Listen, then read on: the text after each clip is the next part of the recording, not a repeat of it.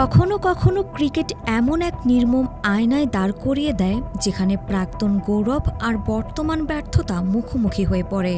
কিংস্টনে সাবিনা পার্কে ১৩ জুলাই ২০২৫ ওয়েস্ট ইন্ডিজের জন্য সে দিনটাই ছিল। মাত্র ২৭ রানে অল আউট।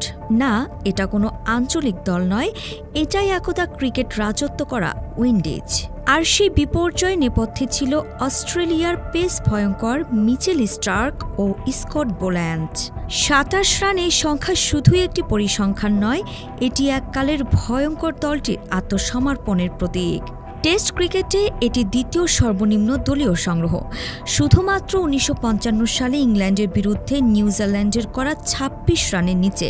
কিন্তু আজকের যুগে আধুনিক ব্যাটিং সাপোর্ট, স্টাফ, প্রযুক্তি ও বিশ্লেষণের যুগে এমন ধস সত্যি অবিশ্বাস্য। মিচেল স্টার্ক, যিনি এই ম্যাচে নিজের ১০০তম টেস্ট খেলতে নেমেছিলেন, যেন নিজের ক্যারিয়ারের শ্রেষ্ঠ গিফটটাই দিয়ে দিলেন। দ্বিতীয় ইনিংসে ৭.৩ ওভারে মাত্র ৯ রান দিয়ে ৬ উইকেট, সঙ্গে সিরিজে মোট ১৫ উইকেট, একজন বিধ্বংসী বোলারের নিখুঁত চূড়ান্ততা।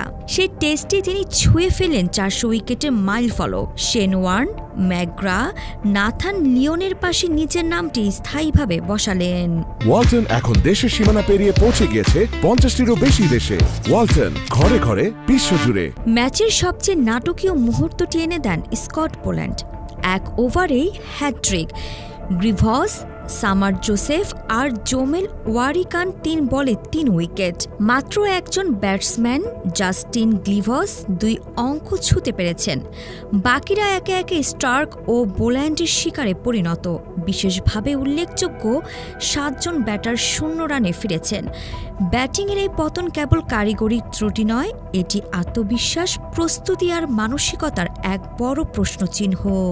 এই জয়ের ফলে অস্ট্রেলিয়া ৩-০ ব্যবধানে সিরিজে হোয়াইট ওয়াশ করল ওয়েস্ট ইন্ডিজকে।